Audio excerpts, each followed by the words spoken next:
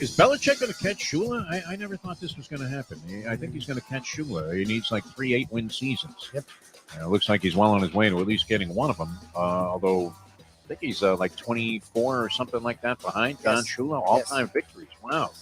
There was a time years ago when people would ask that question, is anybody ever going to break Don Shula's record? And I thought, no way, that nobody would be in the game long enough. But Belichick, he seems determined. I think even if he is deceased, he will retain through some kind of bizarre arrangement with Bob Kraft, who's inclined to get involved in bizarre arrangements, as evidenced by his visit to the Asian spa. But I would imagine he would be inclined to go ahead and, be in a condoning position of Belichick still coaching the team while deceased so that he could eclipse the Shula record. What would they count that, or does that get an asterisk if you're dead when you pass the record? Finally, there's a reason for an asterisk. All right. Good morning, everybody. Good to be with you here. The time. Wake up with Defo, joined by Lubie. Welcome to the Defo Show.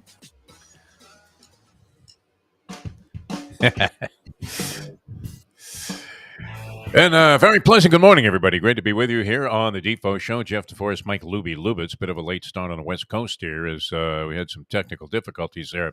Once again with the Lubie computer system. And I should have known we were in trouble on this Peel Yourself Off the Mat Monday when the word Peal was misspelled in the little title that Lubie's has up here on the board here. The Defo Show with Lubie. Peal, P-E-A-L, is in what? Peel's Beer was P-E-I-L, I think. Peel's Beer. Peel, of course, if you're peeling a banana, it's P-E-E-L, is it not? Mike Lubie Lubitz, what am I missing here? Oh, sorry. I thought it was P-A-L. Sorry. Really? You misspelled that like legitimately? There's nothing wrong with that, man. I can't spell shit either. So, although, no, I can spell shit, S-H-I-T, but any word of any reasonable level of complexity, forget about it. I'm off the chart. Hey, how are you guys, man? Good to have you guys with us. Peel Yourself Off the Mat Monday. How are you, Lubie? You all right? You're a little frustrated here. I understand. I mean, there's nothing worse than a technical nightmare at the beginning of the show, which seems to be fairly common until you move out of that dump. Oh, no, that's your parents' house. I didn't mean to qualify it as a dump. But, and now you're frozen up a little bit, or you're just making the same face over and over again. Very, very strange. All right, I got a frozen Lubie, and hopefully we have you people here with us. Good morning to Big Possum and anybody else that's out there. Let us know if you're hearing me, because Lubie is stuck in cyberspace somewhere. So we may have to reboot the show and start from scratch all over again, which is fairly typical fanfare for Peel Yourself Off the Mat Monday. And it's unfortunate because it was a great day. I mean, a great weekend all the way around in sports, and many things to discuss, including the Dolphins' victory yesterday over the Chicago Bears. They go to Soldier Field in Chicago. They pull out a 35-32 win. They move to 6-3 on the campaign. And hopefully I'm still with you guys. Let me know, people, if I'm still with you, because Lubie dropped out of the equation here. And not sure if we're still broadcasting, which is always an awkward position to be in. It's funny, too, because you would find out that the station transmitter took a hit. And there are certain people that I work for that would say, oh no, go ahead and, just keep doing the show. I'm like, yeah, but there's nobody listening. That's it. Which, every now and then we've been in situations, during our broadcast journey where you wondered if there was anybody listening. But in this case, I mean, the station's off the air. It's playing static on anybody that tunes in on the radio. And the guy is a gentleman named Steve Lappa. He would say, no, you just keep going. I'm like, I'm not going to schlubber here for an hour if, it's going out to the wind. And, the guy would get all aggravated about it. And you would say, call me when you got the transmitter back up and running. But apparently, Big Possum says, Lubie's frozen. I'm fine.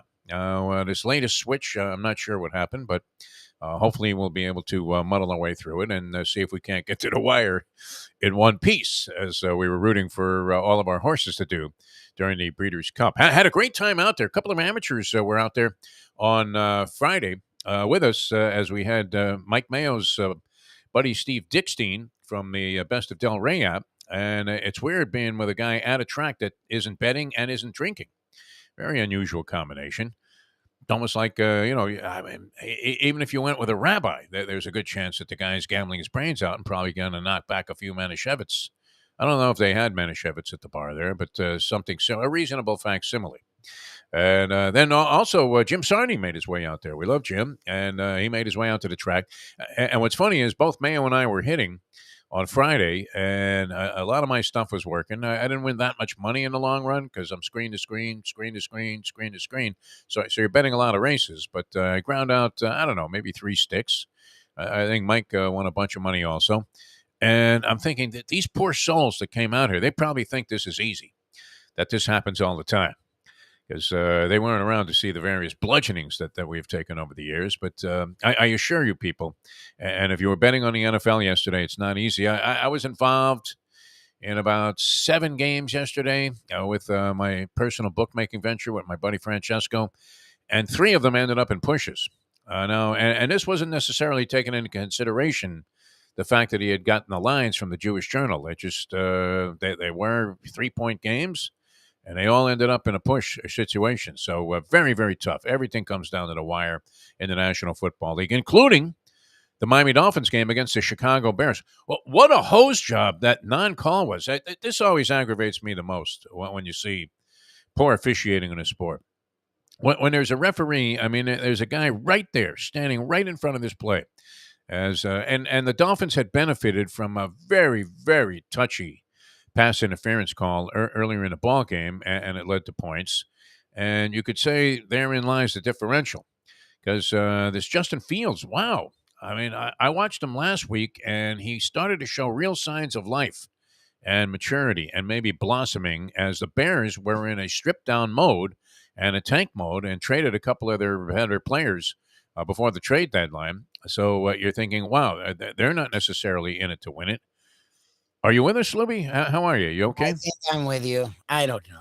I'm trying All right. to stay calm, cool, and collected since you all can see me. It's so fun. That term, and it's misspelled on purpose by accident.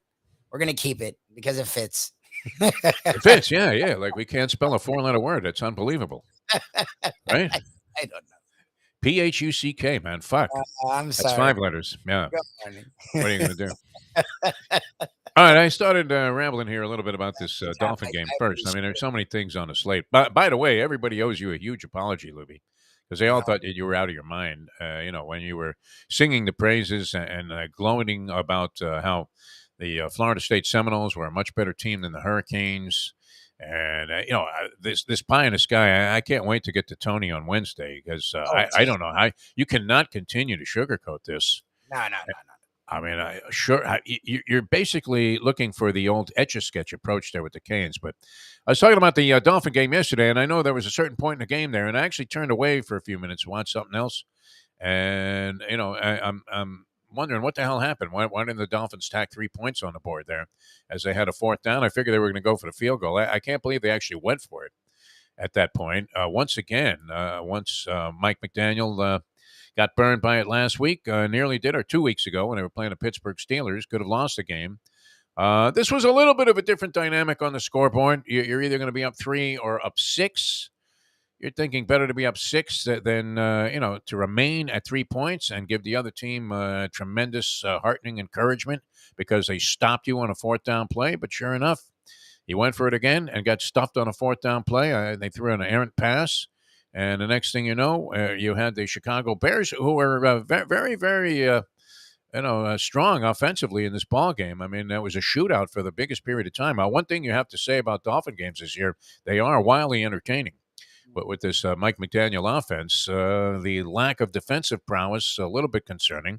They made the move to get Bradley Chubb. I don't know that he was a huge factor in this game. He was in the game, but you couldn't necessarily count on him to do much. The other guy that came in as the running back, he was a big factor in this ball game and played really, really well.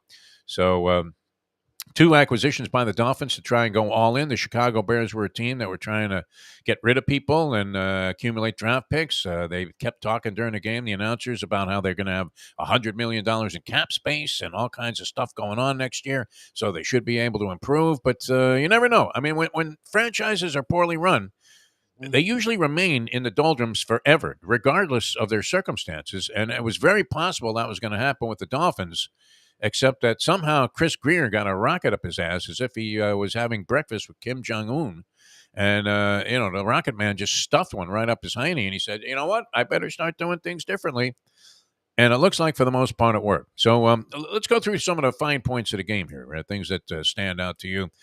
A, the Dolphins' offense looked explosive and unstoppable for the majority of the game, but there's that one caveat there, Lubie, the big but, and that is one of the concerns about Tua, who's putting statistically together a solid season. He was number one in quarterback rating going in and had a lot of yards accumulated. He's got two receivers that are going to, I mean, we already busted 1,000 yards with Tyreek Hill, and Waddle can't be far behind.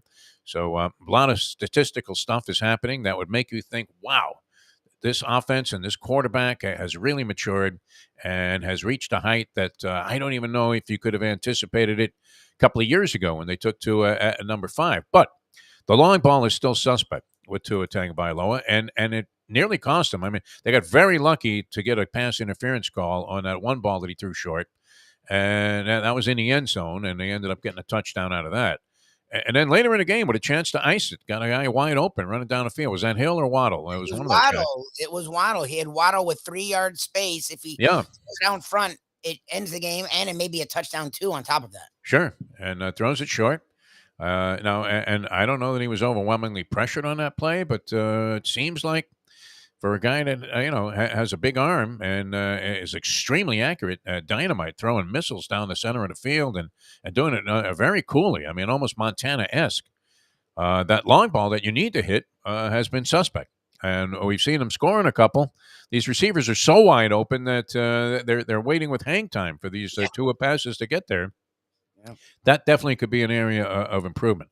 The decision making, I don't know. I mean, they won the game. They put themselves in a very vulnerable position. How big were those 3 points at the end of the ballgame, Libby, that the Dolphins didn't take? Now, we've said this a bazillion times. You cannot judge a series of subsequent events based on something that didn't happen earlier in the game. In other words, the whole circumstance might have changed dramatically had the Dolphins just gone for that field goal. And in this case, you would have to assume it would have been more favorable. But there's no guarantee that it would have boiled down to the Bears with a late drive and a chance to tie the ball game with a field goal, only needing a field goal in the final minute or so. And if the Dolphins had gone ahead and kicked that field goal, and even if they had missed it, whatever. I mean, you can't necessarily determine the entire subsequent series of events, but in the end, this is what happened. I mean, and you're looking at it saying to yourself, well, why would you ever want to put yourself in a position like that when it just nearly blew up in your face a couple of weeks ago? But McDaniel doing it again, man. Does he have a little bit of Brandon Staley in him? Because I was thinking before that, Lubie, watching some of these pass patterns that are run by the Dolphin receivers and the way that McDaniel has devised ways to get them open in the middle of the field and become almost unstoppable in a lot of circumstances. I was thinking, wow, this guy really is an innovative offensive mind. He's doing a lot of interesting things with twists and turns and picks and rolls and all kinds of stuff. It's like he's running a basketball team. It's fantastic, and he's got the talent to do it with. Seems to be making great use of them, and at the same time, looks like 2 out of 3 weeks we have a bonehead decision to discuss. Fortunately, it didn't come back to snakebite him, but did seem like an odd thing at the time. And at the end of the ball game, they managed to get very lucky because Fields threw a pretty good pass to whoever dropped that ball, on the outside on the fourth down play, and then it was a first down. And they got robbed before that. No passing How can a referee be standing there, right there, in front of what's going on? Two guys mugged the Bears receiver. Now then, the One second guy's got him wrapped up like a Christmas present. Holland was legal. No Holland flag. actually came legal, but the other guy was definitely, especially in this day and age, pass interference. The propensity to go for it is very Brandon Staley. He's now done it. He did it twice. He did it like 3 times in yesterday's game and failed every time. Like, if you're failing every time on fourth down, either stop going for it or change the play. Like, you have Tyreek Hill, you have Waddle. Why not do a goddamn screen? They're going to get a yard. Like, Waddle or Hill are getting a yard. Like, this idea of he's going to drop back and, like, Tua looks lost on these 4th and 1s. Like, I don't, the play calling, he's great all game except for, like, 4th and 1. Like, I don't understand it. Yeah. Well, unfortunately, they escape with a win. If you're a Dolphin fan, they end up at 6-3. The big shocker of the day, of course, was the Jets knocking off the Buffalo Bills, and that I should have expected that. No, I had just said the Bills have an excellent chance to run the table. Who's going to beat them? Yep. And then what we thought were the lonely stinking Jets end up beating them, but the Jets. Now, when do we concede that maybe the Jets are not who we thought they were? Because the Bears certainly aren't who we thought they were. I mean, they looked like they were going to be a god awful team throughout the season. They, Yeah. they did dump guys at the trade deadline, and Fields. I wasn't sure what to make of him, but the last couple of weeks, this guy has really distinguished himself, including setting a record. I'm not sure I always want my quarterback setting a rushing record for quarterbacks because I would rather see him throw the ball. But I mean, the way this guy busts long runs is incredible. And then on top of that, I think he's throwing the ball a hell of a lot better than we would have anticipated. Justin Fields really maturing. I mean, you've seen exponential growth in Fields' game in the last few weeks, and he definitely looms as a legitimate threat now at the quarterback position. I don't know if he's in the Mahomes category yet, although Mahomes was vulnerable last night, right? What did they have? 7 straight possessions where they didn't score a point. The Kansas City Chiefs against the Tennessee Titans. That was an interesting ball game also. Took place late last night. The Chiefs managed to eke one out, pulled it out in overtime after getting 3 cracks at the 2-point conversion before they finally made the game-tying 2-point conversion. Then they had a shot, typical Mahomes fashion, to go and win it in regulation. Couldn't get it done, which was surprising. But they held on, managed to get to overtime, got a field goal where, again, they were stopped in the red zone, deep in the red zone, going in for a potential automatic game-winning touchdown because they had the first possession, which is also still a strange dynamic about the NFL overtime rule, is it not? But wasn't the whole idea that both teams should get a chance to have the ball? Yes. So if you kick off and the one team gets a touchdown, the other team never gets the ball, what the hell did they change there? Nothing. It's crazy.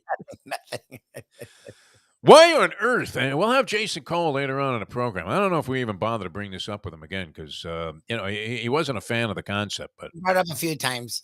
but I still believe that. Why doesn't NFL overtime just start where the game left off? That would be the most fair way of approaching it. Then restarting the game and then having a bunch of cockamamie rules that still don't balance out the inequity of one team winning a coin toss and possibly winning the game without the other team getting the ball. How did they correct that if you can win the game just on a touchdown? You can't win on a field goal. I understand, that just winning on a field goal after receiving the opening kickoff. I mean, you're only asking a team to maybe go 30, 40 yards and they kick a field goal. Yes. But I mean, is it any more fair if somehow they get a fluke play, they get a touchdown, the other team never gets the ball, and that's it? That's your overtime? Ridiculous. How Yes. stupid. With all these people watching this, how stupid can you be? I don't know. Do you agree with me? I mean, just pick up the game where it left off is the most fair way of deciding an NFL overtime. That makes all of the things that happen towards the end of the game very, very relevant. And it might change your thinking in the way that you approach it because you may find it a disadvantage to go to overtime, and so you go ahead and take a shot there at the end. I don't know. I mean, there are a lot of things that can happen off of that, a lot of different extrapolations. But the idea that a team can get the ball and that the other team never has a shot is preposterous, is it not? Well, especially look, people will say, "Well, play defense," and I get it if it's the 1980s. This day and age, everything's so predicated on the offense. The rules, the talent, the way we call plays, everything is offense. And you can't go and say, well, go play defense. Like that's a little hypocritical. Not based on a coin flip. I mean, no outcome should be based on a coin flip, except if you're deciding whether to get Kareem Abdul-Jabbar or Neil Walk. Okay. So you throw the coin in the air at the NBA draft and go, Phoenix, you're fucked. That was crazy. All right, many things to discuss here on the program. We'll get to all of it. And, thanks so much for joining us here on the show. Peel yourself off the map Monday. Jason Cole going to join us about 8:20 today. John Kajemi going to be with us tomorrow with the Pigskin Playbook. So we'll have that for you. And John's opinion, he'd be all over that Dolphin game. And the Hurricanes FSU game. Wow. I mean, if you're an FSU fan, obviously you feel very good about it. But, I mean, when are people going to wake up? There's something inherently wrong here where you bring in this caliber, supposedly, of coaching staff, and the team looks worse than it ever did at any point during this. I mean, Al Golden, Randy Shannon, Manny Diaz, Larry Oh, Coker. Who uh, else was part of this whole no, I mean that was. I Mets? don't think it was and Rick, but Rick actually had them looking Mark okay. Richt, yeah, So that better. but I mean, all of these maneuvers, and this is the worst they've ever looked ever. I mean, look, Mario it's Cristobal. year one, and I get that, and he's trying to get his players in and his system in with old players. I understand, but that's my thing is they look like they're getting worse. Like even Norvell's first year, and look, they lost to Miami 52-10. In that game, I feel like they're still scoring. So it's not like Norvell's year one was better, but as the year went on, it felt like they were getting better. Like at the end of the year, I felt like, oh, they look better now than the beginning.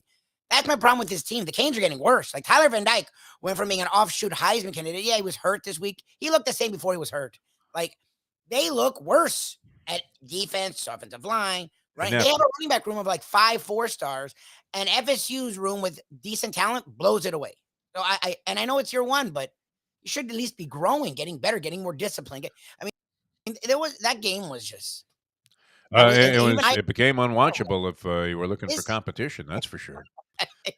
It was great, and I give Norvell all the credit in the world. Opened up with that bomb early on in the ball game, and got the touchdown right away. Got on the board, but this was going to be no contest right from the start. It was kind of like these races that we're going to be voting on, and I'm hitting the voting machines tomorrow there, Lubie, right across the street. Very convenient, but why do I feel like I'm walking to my own political funeral here? It doesn't look good. It's amazing to me. You know what? I mean, talk about spineless jellyfish. I just, to digress here for a second here. Who is more insulted on a frequent basis and a consistent basis than Marco Rubio was by Donald Trump during the 2016 presidential campaign? I mean, Ted Cruz, when he literally talked shit about his wife to Cruz's face in front of the nation. Right. I mean, you could not have, thrown more darts right into the neck of Marco Rubio and belittled him any more than Donald Trump did. Because he fancies himself as some kind of Borscht Belt comedian. It's funny. And he's always trying to be funny, and it's not really all that funny when you're looking at a guy that probably shouldn't talk about other people, except for the fact that he has a lot of money. Other than that, well, what does he really have to offer? Nothing. Zero. Big fat slob with stupid looking hair. Those faces. I mean, not exactly, going to blow anybody away from an intellectual standpoint. Speaking of can't spell, he probably wrote this headline. Peel yourself off the mat. I wrote it. I'm sorry. Right? I mean, that was like one of his things. Was it was always misspelling like simple words and names of states. Yes. And you're thinking, wow, that's pretty cool. That's a president of the United States with like a third grade education. You would put that kid, ahead of Trump in any kind of one-on-one intellectual contest. So who's stumping for Rubio now? I don't Donnie know. Boy here in South Florida. Exactly. And Rubio, I mean, you talk about a spineless jellyfish. Shouldn't Rubio have just said, hey, listen, man, I don't need your fucking help, Donnie, okay? Honestly. Would that not, I mean, would you have respected Rubio a lot more? But here's a guy that, I mean, just blatantly insulted over and over again by Donald Trump about being a wimp and never going to, he's never present for these votes. Yep. And he wants to kill senior citizens and see them taken away, maybe shipped off to Martha's Vineyard, whatever. And here he is endorsing Rubio, and Rubio, thank you, Daddy. All right. Like he was just introduced by Stephen Colbert, right? Or something. I mean, just absolutely crazy what's going on in the world today. But how could you possibly respect that, right? Somebody like consistently is insulting you, Lubie. I mean, are you going to sit there and go, you know what? I'm so happy that this guy with the stupid looking red hat is going to endorse me. Well, that's the thing. We joke around here, but like it's out of love. Like he's flat out mean. Yeah. Like, he meant all of that. Yeah. Like, they're like, what do you mean? The stuff he did to Pence, he was okay with Pence getting killed. Like if they had hurt Pence, he wasn't stopping it, and Pence hasn't denounced him yet. It's like, dude, I mean, come on. That is so weak. All right, so we set the clocks back on Saturday night, or Sunday morning, and we're about to set our conditions back into the Stone Age tomorrow. I don't know. That beach house in Costa Rica is looking a lot more attractive. Mustang showed me a couple of them, man. Anywhere from 150 to 300,000. You're living on the beach. Guy was telling me at the track the other day. He said, the exchange rate on money is like 600 to one or something. If you have American dollars down there, you're getting 600 times the value that you. I don't know if it's that high. Yeah, it seems a No, little bit rich, but it's I don't decent. know if that does that count for betting also. If you're betting online, if you're betting from Costa Rica, then it would be ideal. That's for sure. All right, so what do we think? I mean, let's define some things here. I've just been rambling as we came out of the shoot, kind of stumbling here on a Peel Yourself Off the Mat Monday. But all right, with the Miami Dolphins, they have the Cleveland Browns on tap. A game, obviously, that looms as a very winnable one. They're favored by 4.5 going into this ball game, and they will be back home at Hard Rock Stadium after playing this week on the road against the Chicago Bears. Offense looked very dynamic. Defense looks very suspect. Good enough to win games in the NFL, though. They're putting a lot of points on the board, a lot of pressure on opposing defenses. Yeah. Screwed up a few things, a couple of bizarre decisions by Mike McDaniel, but in general, you would have to say he's doing a pretty good job coaching the team. And sitting there at 6-3 is about what you would have anticipated, maybe on the high end, as they're only 3 wins away from hitting the over. They have an incredibly tough road in the last few weeks of the season in terms of literally being on the road in really difficult places to play. But they have a chance here to mop up yet another kind of weak foe and get to 7-3 through 10 games. Not too bad. So what do you make of it? I mean, is it the Barry Tompkins work in progress? Is this the best? Have we seen the best of the Miami Dolphins? I would think no. Can they get better from here? And if they do, can they actually be a contender? What do you think, Mike Lubie Lubitz? Look, and the thing with the Tua deep throws, actually, that throw wasn't that far. We've seen him throw it farther. The problem with him is, and it's with these guys with speed, is there. So you have to throw it early and out. And the only way you can throw it late is if you have a big arm. He does not have a big arm. He has a competent arm. Is better than people give him credit, but it isn't Josh Allen or Herbert. If he's late on a throw, then it's going to be short. He either has to throw it early and out It's there. Christopher Cross time, right? Sailing, everybody. Because when he gets to it late, he puts it too much air under it, and you saw it. It catch it, and like yesterday, the wind was bad. It caught the wind, and it sat up. But the offense isn't the issue. McDaniel is trying to be too aggressive at times, and he's whatever. But very innovative in the passing game, man. I mean, those been wide open. those We routes haven't are seen great. that since I don't even know Marino and Clayton and Duper. Like guys just running open does not happen for the Dolphins. So that defense is an issue. Now Bradley Chubb was on a quote unquote pitch count. So I'm hoping it was because it was his first game. So you didn't see a lot of him. I'm hoping going forward, you'll see more of him, and that'll allow Phillips, Agba, Ingram to get after the quarterback and allow the secondary to look like it's looked in the past. Because the defense has been not even average bad. The last 2 weeks, you played offenses that were struggling, and they went right up and down the field the entire game. Well, Chicago showed real signs of life the previous week. I believe they were on like a Thursday night game or one of the night games. So I watched a lot of it. I'm not inclined to tune into the Chicago Bears. It's like watching the Lions on Thanksgiving. You're thinking this is going to be pure, unadulterated dreck. This would be a good time to talk to the relatives that I really don't want to deal with the rest of the day. And just miss that Lions game and then catch the rest of the action, which now extends late into the night because they've added in a couple of games. It's almost like the NBA on Thanksgiving Day with the National Football League. They have at least 3, and I don't know, it's only a matter of time before they go to 4, realizing they can cash in on Turkey Day. But I mean, how many times has the question been asked, why do the Lions always have to play on Thanksgiving Day? The Lions, who, by the way, beat the Green Bay Packers, who are now in the midst. I mean, how crazy is this season, Louie?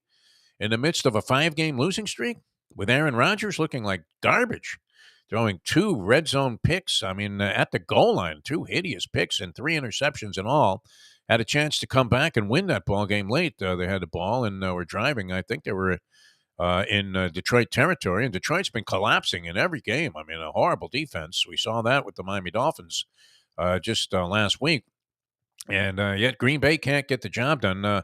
Brady, on the other hand, did manage to pull off a miracle with 50 seconds to go, getting the ball at his own 40-yard line and engineered a drive that the Rams have been, wow, I can't wait to find out what is wrong with the Los Angeles Rams, Lubie. I had them going to the Super Bowl as, I don't know if they were going to win it, but I thought they were the best team in the NFC, didn't you? Yes, I thought they were a lot better. I was more right about the Bucks at least, but I thought the Rams would be right there in the NFC. I did not think that the Seattle Seahawks would be better than them. And right Imagine that. Wow, what a story that is. That's a great story. I don't get that at all. Gee, You know, I can't believe we're 40 minutes into this thing. All right, we missed the first 10, but half hour into this thing, we haven't mentioned it. Nick went down. Unbelievable. Yes, that's And is actually. now OOP, as they say in dog racing, out of picture. Yep. In terms of the college football championship, there would be almost no way that these committee people, even if they bring back Condoleezza Rice and she accepts a bribe from Jose Suleiman, there would seem to be no way that you could somehow work Alabama back in the equation. Is there with 2 losses and possibility that they would have 4 losses on the season? Well, you can't say that because they won those games. They did. And your man Jimbo, what's he on? Like a 9-game losing streak? That's unbelievable. They're just not Jimbo good. Fisher. It's been I horrendous. don't know how much they've lost in a row. I don't think they've lost a bunch in a row, but they have not played well the entire year. Like A&M, Jimbo, like they're talking, his buyout's like $50 million, and they're considering it. Like that's how bad. Imagine that. $50 million they're going to give this cat to fail. And go. Wow. Did we all make some bad career choices? We should have just been failing college football coaches or basketball for that matter. There was a firing. I don't know how significant it is at the University of South Florida. Yeah, This guy, sucks. Jeff Scott, Yeah. 4-26. That sucks. And he has like a $15 million buyout, I think. I don't know. Is that true? $15 million to buy this guy out of something? No, that can't be. He didn't want to leave Clemson. He was a co-OC at Clemson, and he and the other guy, Tony, who's now at Virginia, neither wanted to leave. So it took a lot to leave. So I wouldn't doubt that he has a decent buyout because he was trying to say the Clemson staff stayed together for a long time. So to get guys to go, you had to offer them something.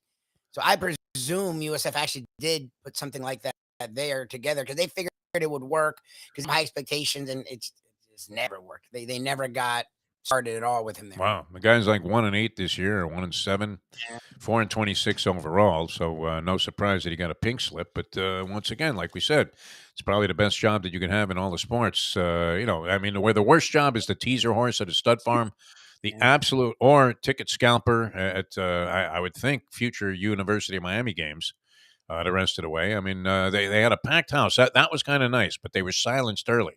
Yes. Except for the euphoric Florida State fans who could have been happier with the way their team performed, and rightfully so. I mean, just a complete blowout, bludgeoning mismatch, the likes of which you wouldn't expect Vince McMahon to orchestrate a mismatch of these proportions, would you?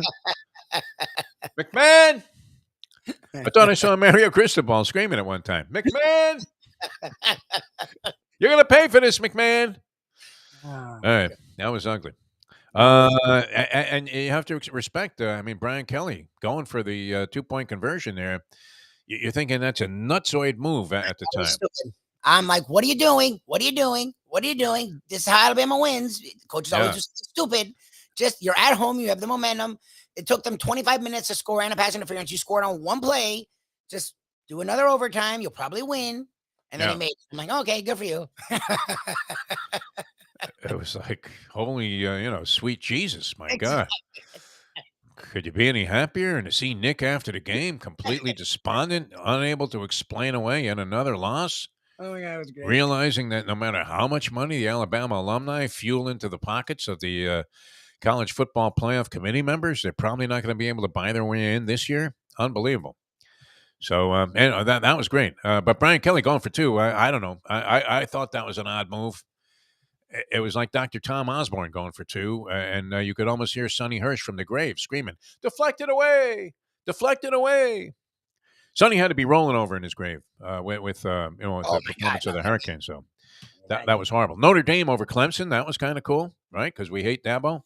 Yes, and his whole sanctimonious bullshit, all of that. We're not fans of bullshit here on the show, even though that's what we do for a living is bullshit. We're not fans of it. How would you kind of be against the very thing that you do, that you thrive on, is BSing? But no, not big fans of the Dabo Sweeney BS and all of the sanctimonious positions that the Clemson Tigers have taken over the years, and all of this tradition and stuff. Respectable. I mean, look, what they've accomplished, you'd have to say, okay, if you're at the top and you're there for a long period of time in the modern age, obviously you're doing something right, and it's to be respected. But horrible performance. And Notre Dame, I got to give this guy, what's his name? Freeman, who took over at Notre Dame? Marcus Freeman? Marcus Freeman. Looked lost in the very beginning, didn't he? I mean, he looked like Jerry Faust out there. He really did. You could hear Eric Parsegian screaming from the grave. Don't run it up on him, Jimmy. Don't run it up on him. I got a lot of dead guys talking on this show. It's like Dead Man Walking here today. But Marcus Freeman, who I saw a little piece on Marcus Freeman, I thought, wow, I mean, as much as I despise and root against Notre Dame with every emotional fiber in my body, I kind of like this guy. I would like for him to succeed, maybe somewhere else, but nonetheless, seemed like a very respectable human being. The kind of guy, honestly, that Tony Segreto would paint the portrait with the pie in the sky about how it's all about the kids and this and that and all of that other stuff. Which, I mean, anybody that's buying that today, well, you can help us make America great again tomorrow. That's for sure. Just vote straight red. But nice, I mean, performance there. But Notre Dame dominating against Clemson. Clemson had shown such unbelievable vulnerability and probably should have lost any number of games this year. Yep. But to see them get knocked off, that was great. And I have a lot of respect for guys that start out, and it looks like they're going to be a very sorry excuse for a head coach.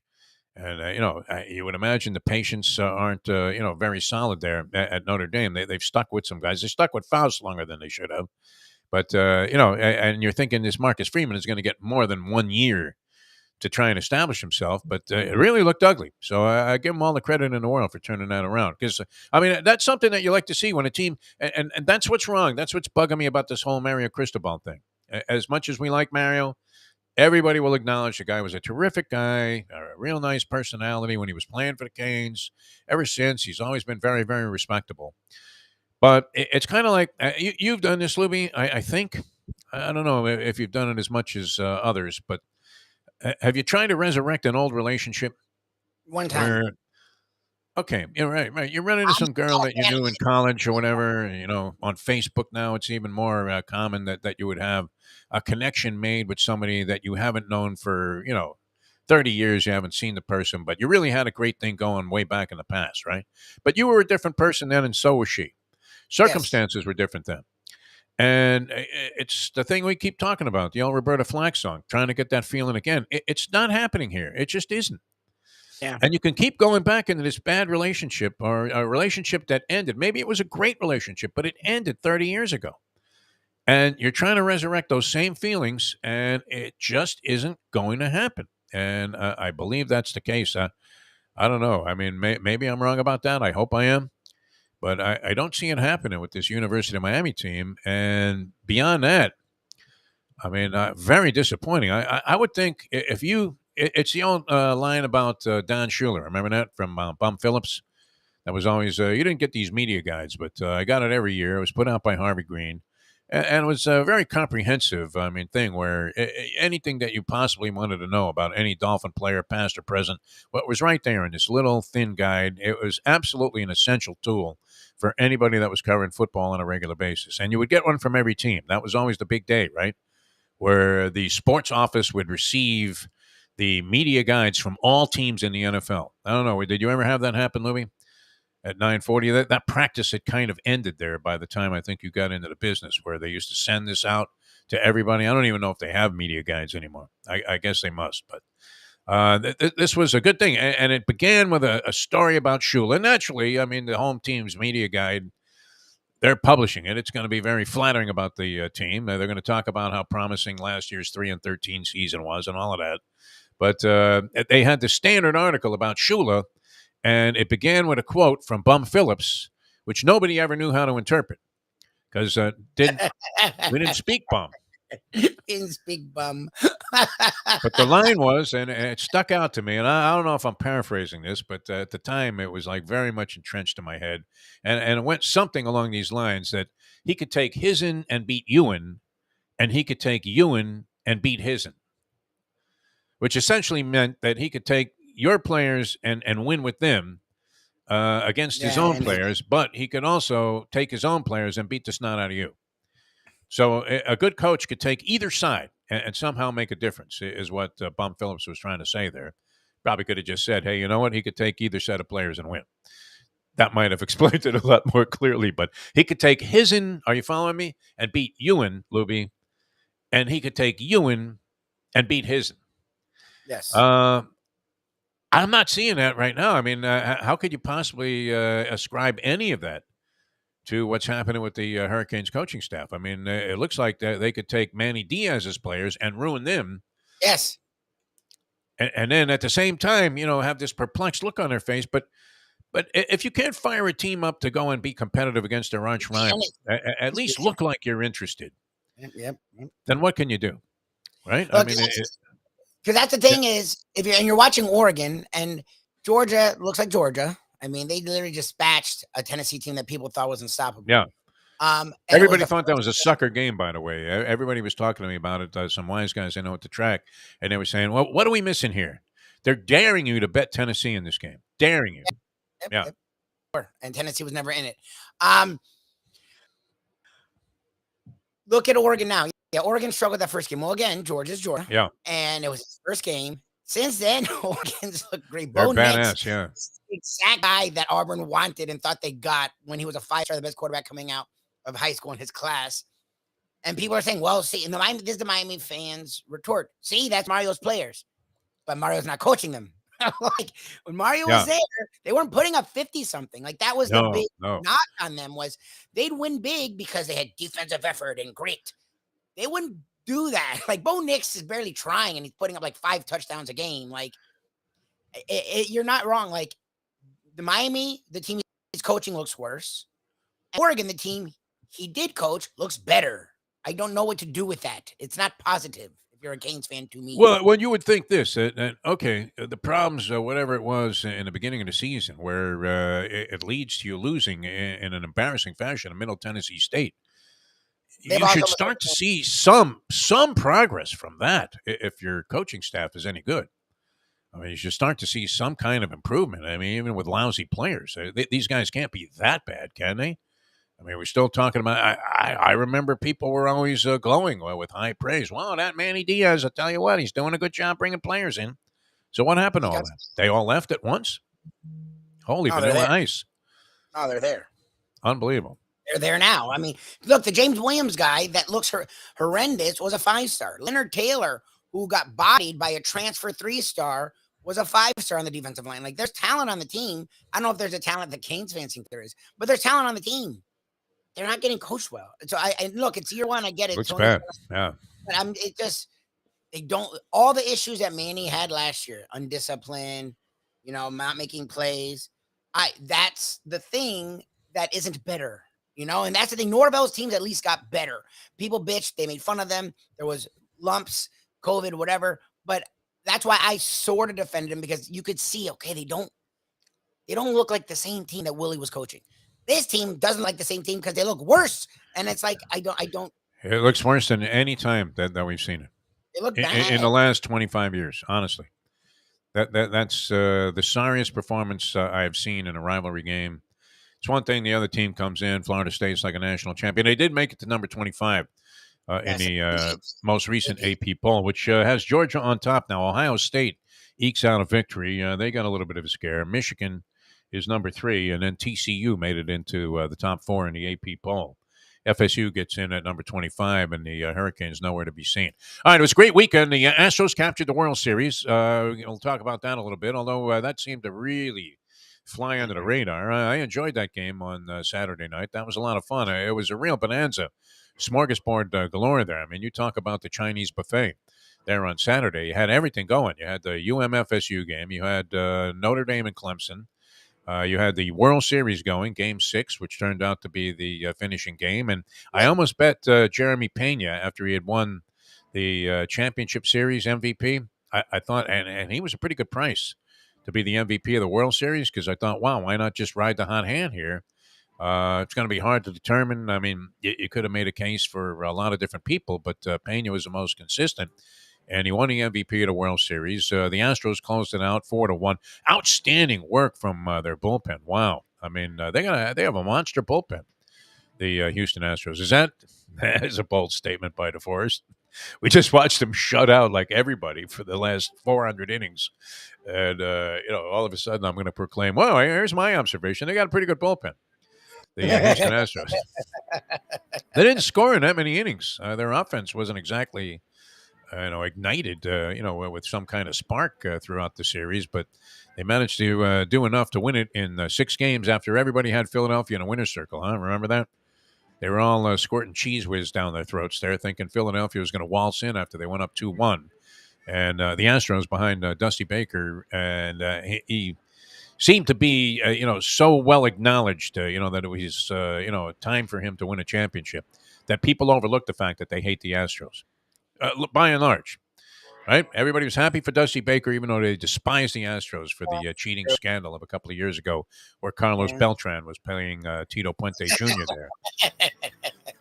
And playing Oye Como Va in some garbage pails, which meant that they should have just had Smoltz tuned in because he analyzes every pitch that's coming up, right? Wow, talk about just babbling on about, well, it was a 4-seamer, but when he went to the 2-seamer, when he ducks down like that, Joe, I tell you what, it's going to rise a little bit. It's like, what the fuck? And, I'm watching 16 guys strike out. It seems like they can't hit anything. So, what's the difference? I had a Breeders' Cup, that flight line. Wow, what a performance. I tell you what, I mean, it was supposedly going to be like a match race type of situation. There were some other good horses in the field, too. Epicenter, who was the top 3-year-old. Search warrant on Epicenter. No, I didn't see that horse anywhere. Because Flightline won by the length of the stretch. This was after, though. Now, I mean, every now and then you'll see a horse line up the board with a time. And I remember when I first went out to California, I wasn't used to seeing horses run consistently like 108 and change for 3/4 of a mile. If you saw the board go with 108 and, a couple of fractions, it was like, wow, that's a monster performance. You were saying that these horses are in the caliber of any of the greats: Spectacular Bid, Alidar, Affirmed, Secretariat. So Life is Good, who is a speedball, but nonetheless has shown the ability to sustain that speed. Runs 3/4 of a mile in a 1.25 mile race, Lubie, in 107 and change. Jesus. And Flightline just stalking in behind this horse. Now you're figuring, wow, when you saw this 107 go up, that you knew Life is Good. Impossible to sustain that. That horse goes on and wins the race there. That's a super freak. But drafting right in behind was Flightline, who then almost effortlessly drew away in the stretch there after Life is Good had established these scorching fractions of 107 and change. And you're thinking, my God, what a performance. So all the people, it was funny, too, because you have any number of people, you see how we are. It's like, well, how can we beat this favorite? And sometimes you just have to concede the race to the favorite. And even the wisest of wise guys that was there, where I was punching away at the Isle Casino, were saying, this horse cannot lose, right? Well, that's all the more reason to believe that he can, but exactly. You're saying it there, Freddie. Well, that turned out to be the case. Well, a couple of really exciting races on the card. And then we have to give kudos, and this is going to be happening now that I'm going to mention Hialeah Park here. As I got a message from Frank Fiore. I had watched the boxing on Showtime on Saturday night. That was also going on. And I have a great affinity for the people from Warriors Boxing because they gave me a leg up on doing some TV many years ago. And were consistently behind me, treated me like a champ. And so, and they were associated with the Hard Rock Casino, of course, the Seminole Tribe. I believe that association is more vague than it used to be, but Louis DeCubis, who has been putting the cards together along with Leon Margulies from Warriors Boxing at Hialeah Park, February 24th, boxing returning to Hialeah Park. I was trying to verify that, looking it up. People thought I was just sending out a text in the middle of the show here, but I was with this new confounded phone. The only thing that's showing up on my text, well, there's a hot blonde, is Mike Mayo's friend who won another poker tournament for 28 Yeah, times that's at great. the Red Rock. Wow. This guy doesn't have a job, does he? Nice guy. He always comes out to Mike Mayo's Lunchbox shows. But anyway, I believe it's February 24th. I'll verify the date for you if I can ever get my phone back on track here. I would ask Frankie because I'm looking it up here and I don't see it here. So, well, they had Leon and Louis the Cubas, of course. They're always grooming young talent. They got this guy Morrell, who's been living in Minnesota, in Minneapolis, and he's been fighting at the Minneapolis Armory, which I don't recall seeing the Minneapolis Armory. Do you? When we were there, of course, you were worried that your fingers were frozen. freezing. Yeah, I was really looking for it. We did go by like the football stadium because Yes. that one train line was kind of nice, where you didn't really need a car and you could Oh. walk places and actually use public transportation in a place that you would think was more Arctic tundra-esque in Minneapolis. But I didn't see the Armory, but I've seen a lot of fight shows there. And Louis and Leon from Warriors Boxing have been promoting a lot of these shows or been a part of the promotion. They're promoted by Pro Boxing Champions and Al Heyman. So they have these fighters, I guess, in conjunction with Heyman. I'm not sure who they are actually under contract with. And my man Chico Rivas is in the corner. They had this Ukrainian kid who is undefeated from Fort Lauderdale, 20-0. Had just come to this country. So I guess his first 18 were against Ukrainian cab drivers, not to disparage the brave Ukrainian people who we applaud for putting up an unbelievable spirited fight against overwhelming odds. Although I guess they're probably they're going to lose all their funding now when the Republicans take over. 100%. Yep. That's it, right? Yep. Zelensky will be selling popcorn at Shea Stadium like I was. I mean, no, it's sad to think what's going to happen. But it's very sad. Does the world go back to the Stone Age tomorrow? We turn the clock back on Saturday night, and now are we going back in time tomorrow? Is that the real movement? The fact that birth control has been discussed, and it's like, what?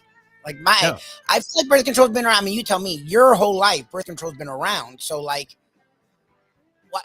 So we want to go back to the 1800s? Like, I don't understand. Why is that? Like, what is going on? We have all this scientific advancement. So why do we want to not have it? Like, I don't understand. Venezuelans for Trump, and Rubio was the surprising one to me yesterday. Right? These are the people that are shipping them all over the country, letting them, making absolute fools of these of the whole situation and all of us in the process. Anyway, Hialeah Park, it's going to be great. This Ukrainian kid's going to be there. Nice. And I don't know if he's going to headline the card, but what a great technical boxer. Might be lacking a little bit in power, but man, I mean, when you watch a guy that really has all the mechanics of the sport there and is throwing combinations and really dominating a fight like he did with the jab, really, really a clever boxer, a technological master, this kid. And then they have this guy Morrell, who I believe might have fought at Hialeah. I think they unveiled Morrell at Hialeah, and then he moved to like Minnesota. He was here, and they thought there were too many distractions for him in Miami, so they said, "Hey, you'll go there, you'll learn English, you'll make a couple of snowballs, and you'll be throwing punches all day long. There won't be anything to do except be in a gym from late July into early June the following year." But that kid looked terrific, and he has a big following there. So congratulations to them. And then I text Frankie, and he said boxing coming to Hialeah Park, February 24th. Nice. So that's in addition to all the other great stuff they have going on. I'm glad it's coming back because they have all kinds of great activities. Of course, the casino is cranking all the time. Big jackpots being paid out. Again, very quiet in the casino when I was at this other locale here in Pompano Beach. You don't hear much going on, right? You don't see any attendance on the floor. They are giving away, a generous amount of freebies if you happen to be a double diamond clustered, whatever the Mustang status is. But nonetheless, don't hear a lot of winning going on. So, that's a big differential in Hialeah Park. Champion simulcasting room is great. And then on top of that, you have the poker room, which is extremely well run. Just a fantastic destination if you're a poker player. I would suggest you check it out there at beautiful Hialeah Park. And we'll give you more details on the boxing card coming up in February. It's a few months away. So we have time to get you guys acclimated to it. But if you can see this Ukrainian kid, that might be his next fight. I don't know if he's going to have one in between. Look great, man. I mean, definitely something you could build off. And congratulations once again to our friends from Warriors Boxing, very tightly associated with the people at Hialeah Park. Louis the Cube has been in the business like 50 years, right? Didn't he like bring in Duran to this country or something? I don't know. He might have been down there in Panama saying, "Hey, Roberto, how'd you like to come to the States?" I think he was one of the early promoters and managers of Roberto Duran, Louis the It was. Cubist. His son right now is a matchmaker with pro boxing champions. And wow, I mean, is it Premier Boxing Champions? I think it might be Premier. Anyway, it's the PBC, and they've been a dominant force in the sport, one of the major promoters for a while now. And great job by those guys. Very entertaining card on Showtime. 12th round knockout by this kid Morrell. Definitely a fight worth watching because the other guy was some tough guy from Kazakhstan who didn't matter what you did to him, man. He was just going to keep coming like he was a young Costa Zoo. Unbelievable. All right, we're coming back with more. Jason Cole going to join us. We'll dissect some more NFL material. Is Jim Sarney calling for us to also do about 5 minutes on that MLS championship game? Oh, that MLS. I never want to insult Jimmy because I love the guy and I love his enthusiasm for all sports. I really, I'm a fan like that myself. I'll watch a little bit of everything. I'll watch some beach volleyball if it comes up. But he asked me what was my favorite MLS game that I ever watched, and I said I have to be honest with you. I don't think I've ever watched one. I've seen dribs and drabs of it, but the most I've seen of the MLS was when that American guy who was on the U.S. team had a Lexus commercial. Remember? Who was the guy? He was Landon very fun, and Donovan? he played in the MLS. Yeah. Landon Donovan. Landon Donovan. Yeah. That's it. That's all I know about it. Other than that, is Messi coming to Miami? What's the story on that? Messi. Supposedly, this is what Sarney says. I mean, I don't think he has much left if he's coming. An to aging Miami. Messi. Yeah. He's got one leg. Be better off bringing Pele to Miami. Is Pele still alive or did he check out? Pele, I want to say alive. He's alive. He's alive. Yes, he's alive. Tony Oliva was at the fights there. Big Minnesota guy, obviously. And, this kid, Morel's from Cuba. And they always have the thing about how Cuban boxers are great amateurs, but not necessarily tremendous pros, although there have been a few that have been very successful. And Morel, he put that theory right on ice as he iced this kid from Kazakhstan, who was also undefeated. All right, coming back with more here. Jason Cole on the National Football League. Wow. The Tom Brady comeback, that was – the Rams have found more ways to lose games this year. Sean McVay, I mean, he's got to be ready to just bury his head in some Campbell's soup, no? That thing was rough. Like Cooper Kupp gets the ball and has a gimme first down. And in that circumstance, once they're down to one timeout, all you need is to get a first down. Yeah. And I get it. You don't want to go out of bounds. But he had the first down. So if you get the first down, it doesn't matter if you go out of bounds. It was a minute 40. It was the Dolphins' circumstances. Literally, there was a minute 40 with one timeout. You're going to be able to kneel it out mathematically. Cooper Kupp slides, which I've never seen a player do. That's not a quarterback. 5 yards short. Now it's 3rd and 5. So they aren't going to throw it because you want to keep the clock running now. They run it. They don't that was a poor running play they called. And that gave them just enough time. In 44 seconds, they went down and got a touchdown. Well, and everything that could possibly backfire on that last drive defensively happened. I mean, here you stopped them the entire game. It is always incredible how that happens. Where you just absolutely stuffed him the entire game, making Brady look more and more like he was a lot closer to retirement than he was to the postseason this year with the Tampa Bay Buccaneers. And that you allow like a throw down the middle for 30 yards on the first play. And that allowed him, as Romo pointed out, I mean, to dink and dunk the rest of the way, and they get into the end zone with like 13 seconds to go or 9 seconds to go. Incredible. Yeah. That was really something. I mean, to blow a game like that, and of course, I had the Rams getting 3, so I managed to get a push in that game. But that was one. Wow, I mean, they literally stolen from right underneath you. I guess the Jets-Bills was probably the big shocker, right? I thought the Bills would maybe even win out, didn't you? They just looked to be invincible. I guess you can always stumble in the NFL, but you wouldn't have figured that the Jets would have the Bills number yesterday, but they did. So now you have the Bills at 6-2, and a couple of teams at 6-3, right? Yes. Right in there behind them, including the Miami Dolphins, and now the New York Jets 6-3. Yes. And not far behind, actually, the Patriots. And you had that clip there about Belichick, so he's within 21 now of Don Shula. Very, very doable. That's annoying. Very doable.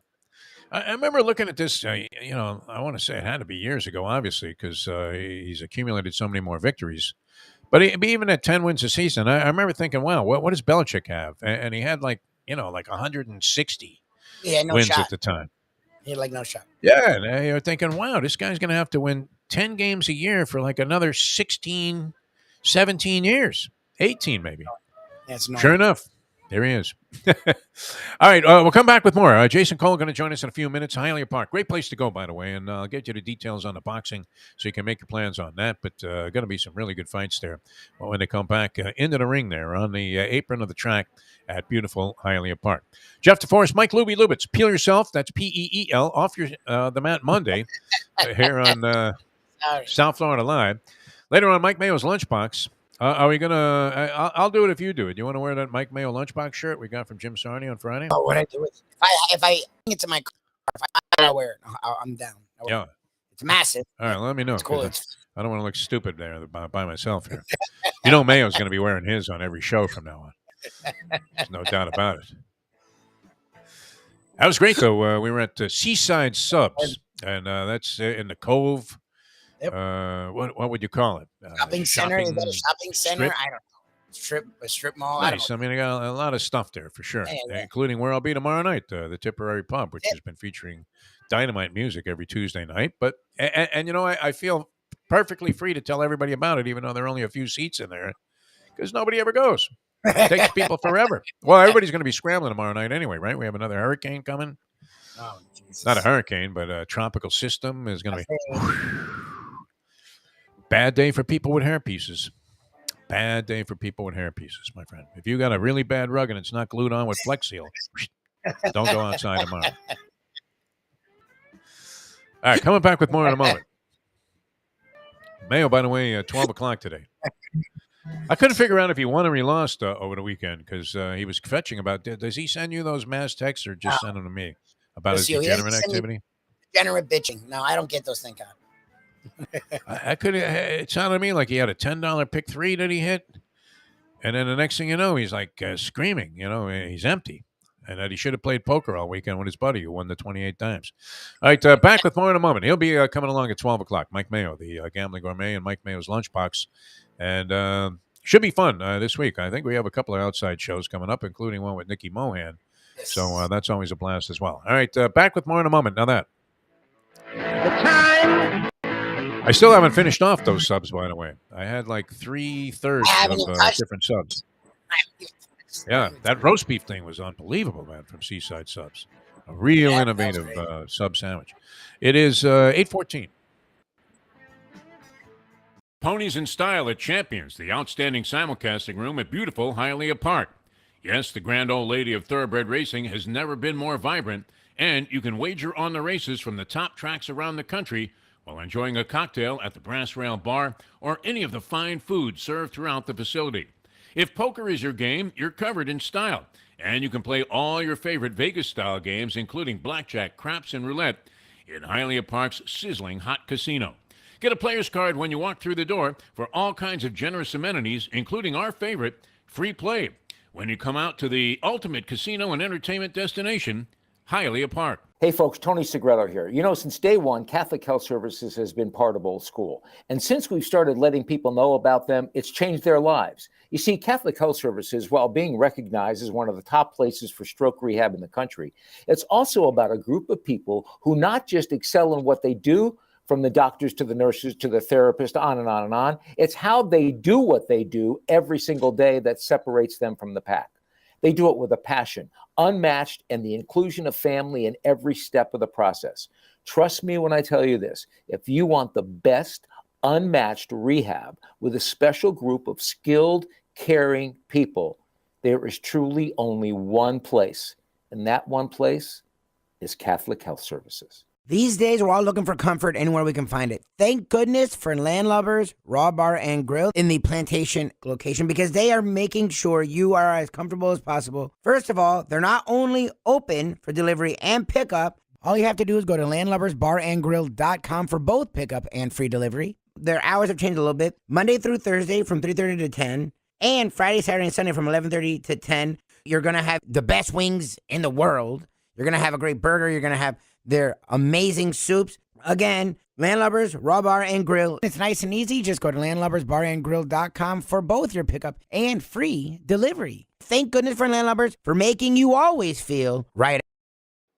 You can't fake caring. Women can sense this immediately. You don't really care. You didn't really want to do any of this. We now return to the Defo Show. All right, welcome back to the show here on Appeal Yourself Off the Mat Monday. Jeff DeForest, Mike Lubitz here on South Florida Live, and I always enjoy having this gentleman on the program. He's always been great over the years. Knew him when he was covering the Miami Dolphins for the Miami Herald, the Sun Sentinel, always an outstanding NFL writer. He was the Neil O'Donnell in terms of free agency during the explosion of the .com era, moving from site to site, always cashing a lofty ticket and providing the best insight and information. That's why he was in such hot demand. And now, movie producer, I mean, a veritable Federico Fellini. Just unbelievable what this man is doing and what he's accomplished. Has written many books as well. We welcome to the show the ultimate NFL insider, our good friend, Mr. Jason Cole. Jason, how are you? Well, I have a wonderfully fluffed up resume now. That's fantastic. You don't have to submit any resumes anymore. What are you talking about? You're Jason Cole, for God's sake. It feels like being Elon Musk. No,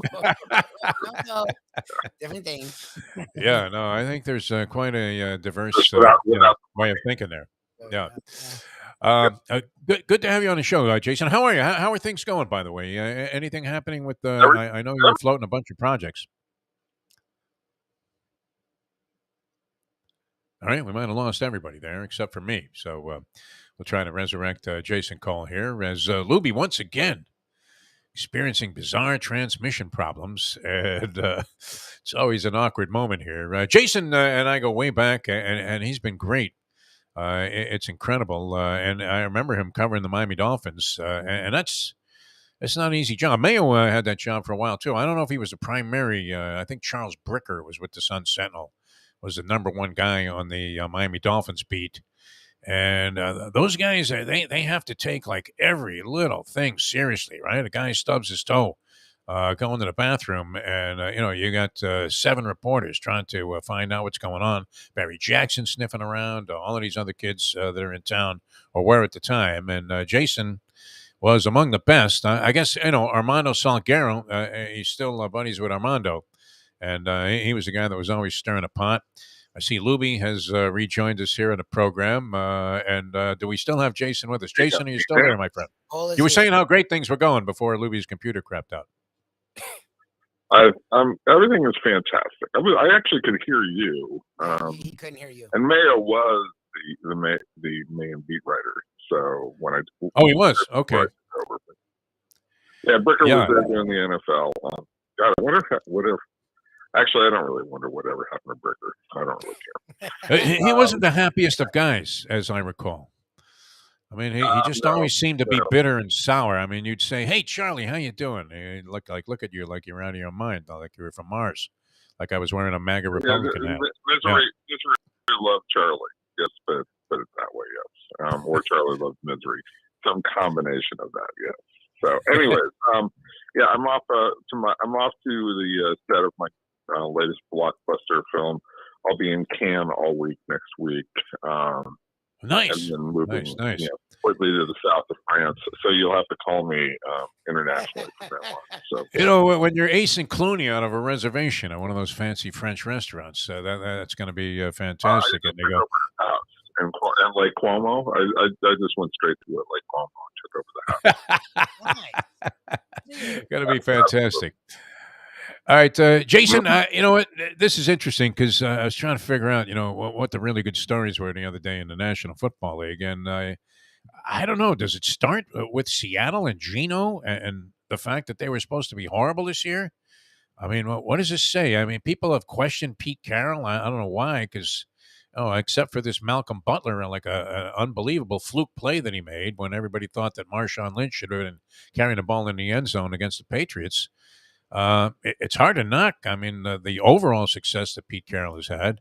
His team is supposed to be awful this year, and I always like that. Well, it's a mark of a good coach to me, Jason. I don't know how you feel about it when they can take a team that's not supposed to do well, and they do really well with it. So, what do you make of that story? Is that going to sustain itself? And how are they doing this with Geno Smith? Look, I think they're a good, solid. They have good, solid players, right? And you start with the outside guys, 2 wide receivers, Walker and Metcalf. I mean, that's as good a tandem of receivers as you'll see in the NFL. Maybe not quite Hill and Waddle, but not far off. In fact, I would say, no, that's not far off. That's a really great combination. So you lean on those guys heavily. The rest of the unit is pretty good. And watching Geno Smith, I see a guy who has learned how to play the quarterback position. And while he's not a tremendous talent, he gets the ball out of his hands.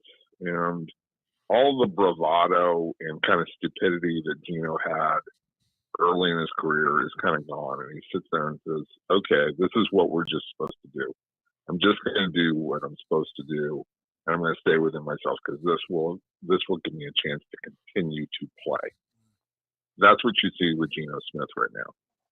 All of that said, in addition with Kenny Walker's done a nice job. The offensive line is straightened out.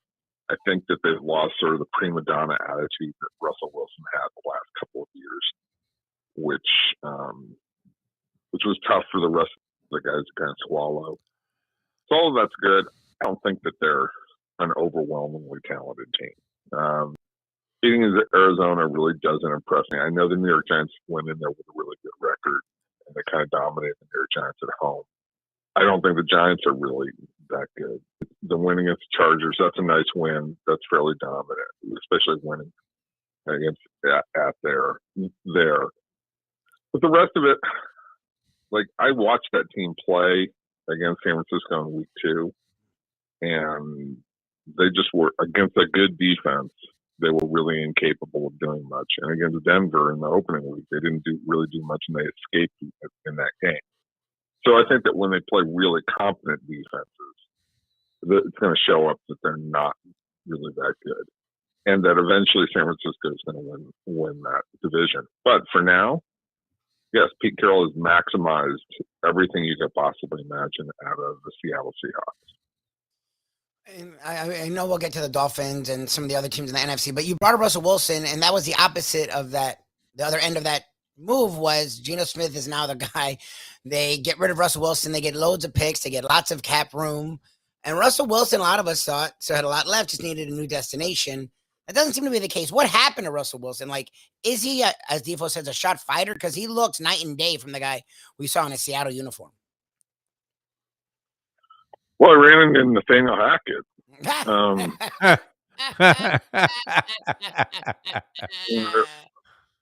I mean, I don't know what else to say. I look at the way that Russell Wilson is playing, and it's like Nathaniel Hackett said, "Oh, I've got this really cool offense that works really great for Aaron Rodgers. Russ, you're going to play in that offense, even though you're not even though you're not Aaron Rodgers." And people would say, well, they're quarterback to quarterback. No, they have different talents, and you can't do all the same things that you do with Russell Wilson that you did with Aaron Rodgers. What you have to do with Russell Wilson is, you have to move him around off platform, maybe not all the time, but a certain percentage of the time you have to change where he is. Because he's a short quarterback. I mean, he's 5'10", and those guys have to get outside the pocket, or the pocket has to be so clean, like it was when Drew Brees played in New Orleans, and they were at the top of their game. Is when they had 2 guards and a center who were just really stout guys who you could not move. Like Jari Evans, who's up for the Hall of Fame this year, was one of those guys. They went through a series of just stout guys, like they were just pillars that, they couldn't collapse the pocket so that he could step up and he have a relatively deep drop, see the field, get over the top of it, and play up on his tippy toes and all that. But with Russell Wilson, it's different. Like you have to bootleg him outside so that he has plenty of field to see, plenty of room to see everything, or you have to roll him out to the right. You have to do things. And you don't do it every down, but you do it enough so that the defense is sitting there not saying, okay, we know he's going to be in the back of the pocket. Just run there and collapse the pocket as best you can and create havoc for him. And it's like Nathaniel Hackett is coaching a guy as if, I've never seen this guy ever play before. I mean, Russell Wilson's played 10 years. We all know what he does. And maybe he doesn't do it quite as well as he used to. He's slowed down maybe a little bit. He hasn't slowed down that much. So do all the things that he did in Seattle. I mean, this is not that hard. It's don't reinvent the wheel. But Nathaniel Hackett has done that and taken a team with maybe the best defense in the league and turned them into a non-contender that gave away one of their best pieces. Yeah. Really, I mean, honestly, I'm serious about that. Yeah. That's absolutely the analysis.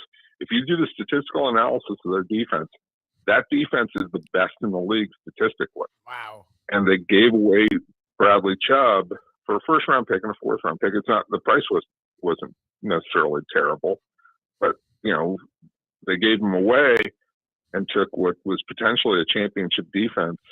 That all you had to have was a decent offense, and your head coach is an offensive guy, and he just completely screwed it up. Holy Vic Fangio, man. Unbelievable what's happening there.